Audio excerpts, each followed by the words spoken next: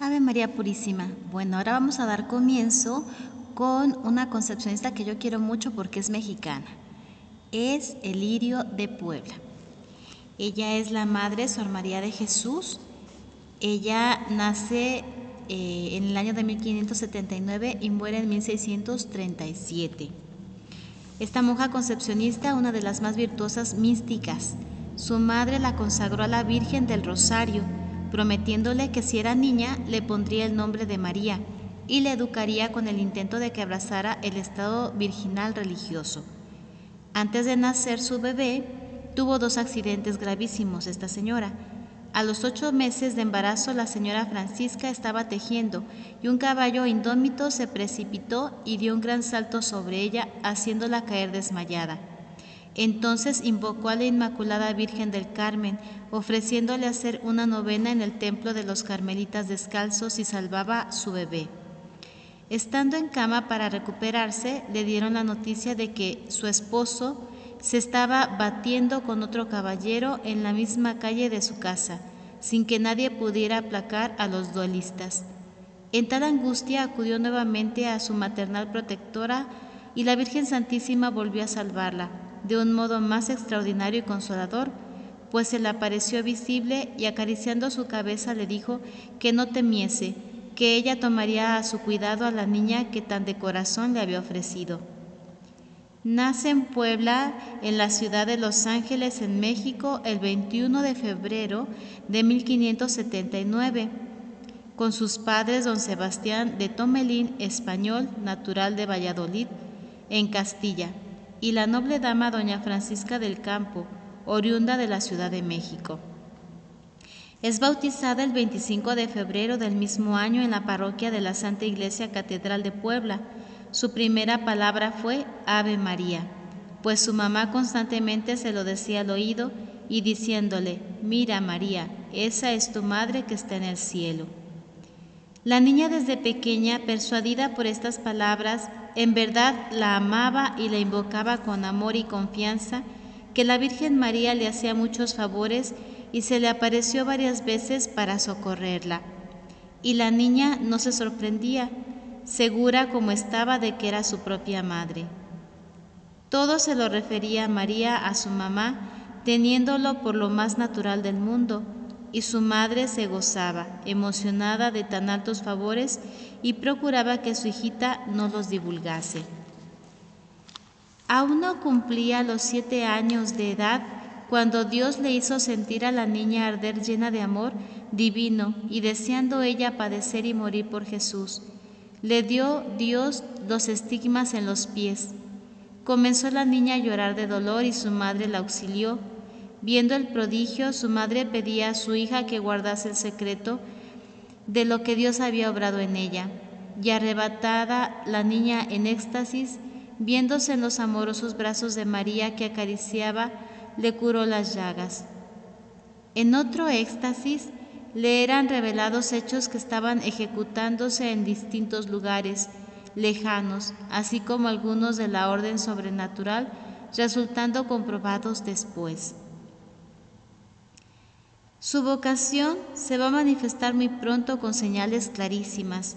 Su padre, sin embargo, insiste tercamente en desposarla. La hija rehúsa porque tiene muy clara su vocación al estado religioso. Comprendió el padre que su hija estaba decidida a ello y eso le enfurecía contra la madre, a quien atribuía la responsabilidad de todo, como consejera de su hija. Mas el padre insiste y María cae gravemente enferma, al punto de que se le administran los últimos sacramentos. Ante la gravedad de la hija, el padre jura no inducirla al matrimonio. María entonces recobra la salud. El padre, faltando a su juramento, vuelve a insistir en casar a su hija. Ante la negación rotunda de la joven, el padre, cegado por la cólera, le arroja un puñal. Ella esquiva el golpe por librar a su padre de crimen tan abominable. Mas aún el padre no daba tregua a su oposición contra los deseos de su hija y llegó hasta el punto de tenerla vigilada. Mas arrebatada en otro éxtasis, María vio a la Virgen ante el trono de la Santísima Trinidad, suplicando a Jesús que le diese aquella alma por especial hija suya, por religiosa en su querido monasterio de la Inmaculada Concepción.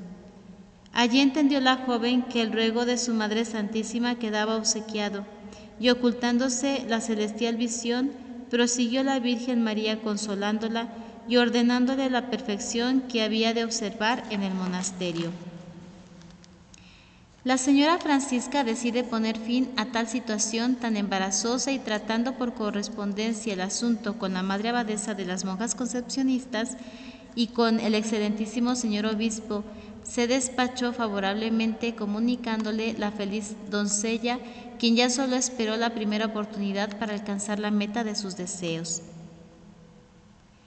La ocasión llegó cuando María salió acompañada de su madre y su hermano mayor, se acerca a la portería del monasterio de la Inmaculada Concepción en la ciudad de Puebla. María pide un jarro de agua y cruza aquella piedra limpia del umbral para no salir jamás. El padre montó en cólera y cayó hasta enfermo, mas poco a poco se resignó hasta quedar conforme con los designios de Dios. Admitida en el monasterio, toma el hábito con el nombre de Sor María de Jesús a principios de mayo de 1598. Tenía 19 años. Sobresalía en la observancia de todo, mas lo único extraño que le afligía eran los ejercicios penosos de barrer la casa, servir en la cocina, asistir a las enfermas y cultivar el huerto, pues no conocía nada de esas fatigas materiales. El silencio, el retiro, la oración, la penitencia y las virtudes le eran más familiares. Mas los desprecios, ultrajes, mortificaciones, todo lo que recurre la prueba de una vocación, pudo sufrirlo heroicamente, descubriéndose el fondo maravilloso de su espíritu. Su maestra, al ver la sublimidad de aquella alma, accedió a sus ruegos, permitiéndole que se castigara con disciplinas, hierbas amargas y otras austeridades con las que saciaba su amor a la pasión de Jesús. Pero vino la noche oscura y sintió desfallecer y ver su alma perdida. Pero el capellán de las monjas consultó sobre el estado de la novicia al excelentísimo señor don Diego Romano, obispo de Puebla, quien encomendó a un sacerdote le hiciera a esta novicia un examen sobre sus virtudes y dones sobrenaturales. Los dos quedaron satisfechos y admirados del gran espíritu de la novicia, tanto que el mismo pastor de la diócesis le contó una pena oculta y la joven formanda le propuso la solución y los medios para ejecutarla. Pasando pues las dificultades, va a profesar solemnemente el 17 de mayo de 1599, teniendo por 5 años consecutivos la presencia de Jesús que le acompañaba a todos los lugares donde esta alma santa iba. Un día, su abadesa, poniéndola a prueba, le mandó que no se acercara a comulgar, sino que permaneciera retirada del coro, mientras comulgaban las demás. Y la orden fue cumplida. Felices las monjas iban recibiendo a Dios una a una, y la humilde sierva del Señor, arrodillada lejos del comulgatorio, contenta con la comunión espiritual. Mas cuando en el orden de la fila le tocaba a ella, salió del copón una forma consagrada y atravesando la distancia del retirado sitio, fue a la bendita boca de su predilecta Sor María de Jesús. La estupefacción de la comunidad no es para describirse, y fue a la abadesa a quien sirvió de escarmiento aquel prodigio. En su vida claustral se entregó plenamente a la vida religiosa que Dios le distinguió y le regaló como altísima contemplación y favores que le hacía un alma verdaderamente virtuosa y santa como práctica de las virtudes en grado heroico, don de profecía, don de ubicuidad, que es estar no solo en dos partes, sino en varias partes al mismo tiempo, y alta contemplación. Bueno, hasta aquí vemos la primera parte de esta venerable monjita Lirio de Puebla. Mañana seguimos con su asombrosa historia. Dios te bendiga.